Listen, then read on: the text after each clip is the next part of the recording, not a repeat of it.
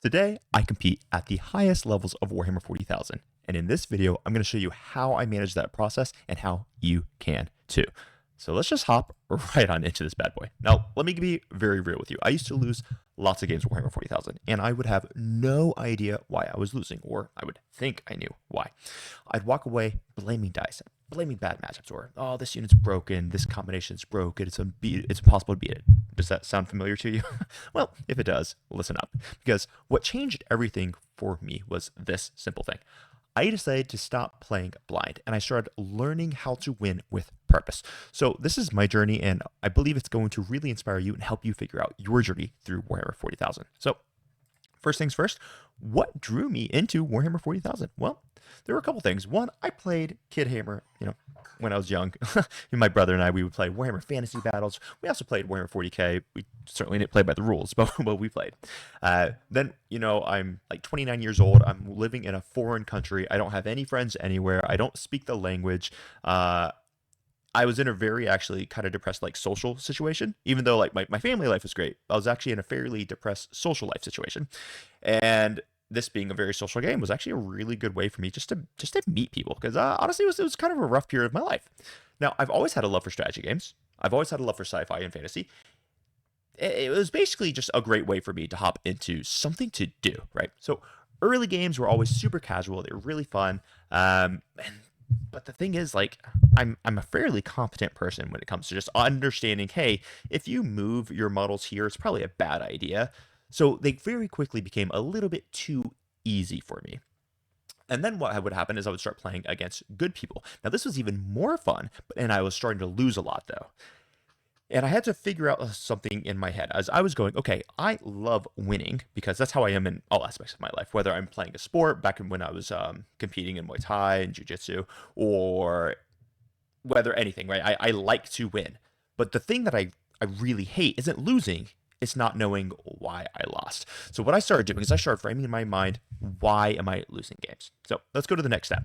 Here's the turning point. Here's when I decided that I wanted to become better at this game. So my initial army was GSC, or the Gene Stealer Cult. So this was in 9th edition. This was right before Nachman started. Like, because remember, I had played decades previously, but my first introduction to modern 40k was like maybe a few months before Nachman in 9th edition started. So I was playing the Gene Stealer Cults, and I went 1 and 2 at my very first RTT. Now, I lost badly in my 2 losses. And then the one win that I did have was against someone who was honestly just newer than me and just wasn't really that good.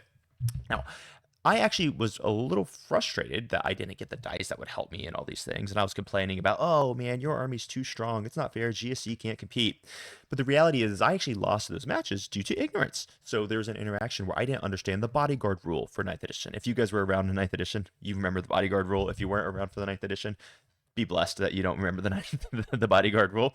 Then I didn't understand how heroic interventions would work, which was of course different in 9th edition than it is in 10th edition. But basically, I lost due to my ignorance, and I lost due to poor planning thanks to the ignorance tax. Now, this is actually a really important concept that I apply to all aspects of my life, and you can as well. The ignorance tax. You will always pay a tax for something that you do not know.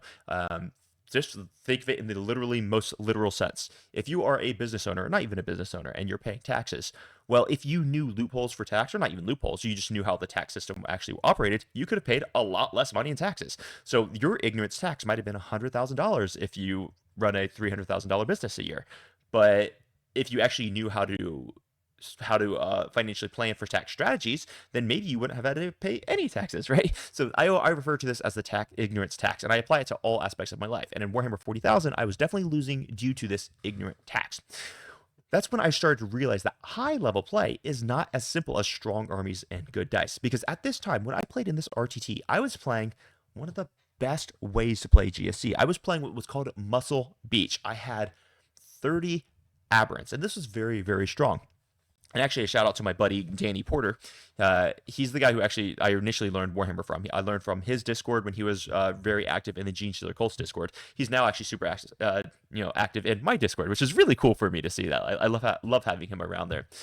But at that point, Danny was crushing with this army. He was killing everyone with this army. It was very, very strong. But when I took it to an RTT, I went 1-2. And the only person I beat was someone who was honestly just really bad at the game. So why was I losing with the Great Army? Well, clearly the army isn't what made someone a good player. And clearly, dice wasn't something that made someone a really good player, because when I was on break and I was watching some other people play, I watched the person who won the tournament have astronomically bad dice on a certain turn. I was like, oh, there's no way he can win the game. And then he did. And then he won the tournament. So my mind was immediately blown. High level play is not strong armies and good dice. That's just not what it is. So frustration started occurring to me here. But it was really frustration with my lack of abilities and not my opponents being better than me. I mean, I was a little frustrated by my opponents being better than me, but it was more on me. And this is actually something that I have implemented with my life that I recommend a lot of you guys implement with your lives. Most of the time when there is a restriction or there is a barrier, it is actually going to be you. It's not going to be the world holding you down. It's not going to be, oh, this army is oppressive, this army is bad. It's not going to be, oh, my boss is too much of a jerk. It's actually how you respond in the scenario that dictates how you make out in the scenario, right? So, for example, if you know the correct move to make on the battlefield, it really doesn't matter what dice do sometimes, because you made the correct move, and that will just put you in a winning position. Same thing that if your boss is being a jerk to you at work, but you do a great job at work and you make the company lots of money, it doesn't matter if the boss is a jerk. You're going to make more money and you're going to get promoted. It's just how it's going to happen. So it is how you are operating in whatever field you're operating in that really, really matters. And that's something that I noticed actually kind of at this RTT, which was pretty interesting. So what I did is I started reframing losses. It's not about, man, it's impossible to beat this combo. What happens is I turn that thought process into, man, the strategy I am currently using doesn't beat that combo. Interesting. And one thing that I started doing is I started playing with a lot better players. So I played with my buddy Sondra, who was at the time on the WTC team for Norway. He was a very good player, and he's still a very good player. And I was running, I think I had switched onto Custodes at this point, because I realized Custodes were a better playstyle for me than the Gene Stealer cults were. I was playing Shadow Keepers in 9th edition, and boy howdy, do I miss my Blaze Champ that could heroic 6 inches and ignore invuln saves. Oh gosh, I miss that guy. Anyway, here's one of the ways that I address, oh hey, this strategy doesn't beat this combo, not it's impossible to beat this combo. What I like to do, and what I recommend you guys do, and what Sondra did with me, is we just swapped armies. So I was playing into his Chaos Knights with my Custodes, and I lost every single game. I was like, oh, it's just impossible to beat this. This just can't be done. So what Sondra did, which was very wise, he'll hate me for calling him wise, but it is what it is. He had me run the Chaos Knights, and he ran my Custodes. And so what I actually did is I figured out, oh, because the Chaos Knights have these capabilities, I can't do these strategies into them. So it made me reframe my mind. Not that Chaos Knights are unbeatable, but Chaos Knights were unbeatable the way I was trying to beat them. And that's not trying to beat with them Custodes, it's the way I was running my Custodes on the battlefield. After I figured it out, I started crushing Chaos Knights. Really interesting, right? All right, so how did I start to learn the game at a really high level? Well, first thing I did is I defined my goal, and I highly recommend that you define your goal. My initial goal, and it's changed since then, was I would like to be able to play competitive games against anyone in the world. Now, this is actually a goal that I have in all aspects of my life, right? I would like to be able to compete respectfully with anyone in the world. I did this with my martial arts. So if you guys know about me, I fought mixed martial arts. I was a Muay Thai fighter. I did jiu-jitsu. I did classical international taekwondo for a very long time. I never wanted to be the best in the world. I never even wanted to be like, well, I did kind of want to be a professional, but I never wanted to be the best in the world. My goal was I wanted to be able to, I could fight anyone and they would have to respect me. No one could brush me off. That's where I wanted to be. That was my goal for martial arts. That was a year, 3 years at this point when I was playing 40K, that was my goal for 40K. I wanted to make sure that I could play anyone in the world and they would have to respect me. And I have met that goal, which is very, very fun. I also apply this to other aspects of, say, my business. Now, I don't have the biggest YouTube channel. I don't have the most profitable YouTube channel. But right now, anyone who is in the content creation game will respect what I have accomplished and what I've done, because my channel has grown to a certain point where I can actually almost make a living off this channel, and that's not something that everyone can say. So I try to do every aspect of my life with this goal in mind. Anyway, then what I did is I wrote a list of things in my army that I can control and what I cannot control. So the things that I can control in 40K, and this is basically still 100% true. So I can control my knowledge. What do I actually know about the game? Do I know my army? Do I know my opponent's army? Do I actually know the core rules? Do I actually know stratagems? Then I can control my position on the board. I can control where I'm standing. Now, you can argue that there is some dice influence over this, like you would need a certain advance roll in order to get into a certain ruin or whatever, but you can still decide whether or not you want to make that move, even if you roll a bad advance roll. So I can control where I am on the board, whether I'm behind this ruin, whether I'm visible, whether I'm in a certain position to threaten you with my advance charge. That's under my control. I can also control my list, how I write my list.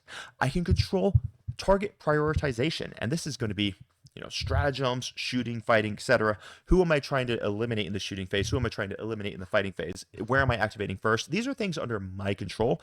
It's not necessarily in my control whether I actually eliminate my opponent, but it is under my control if I'm trying to eliminate this specific army or unit in my opponent's army.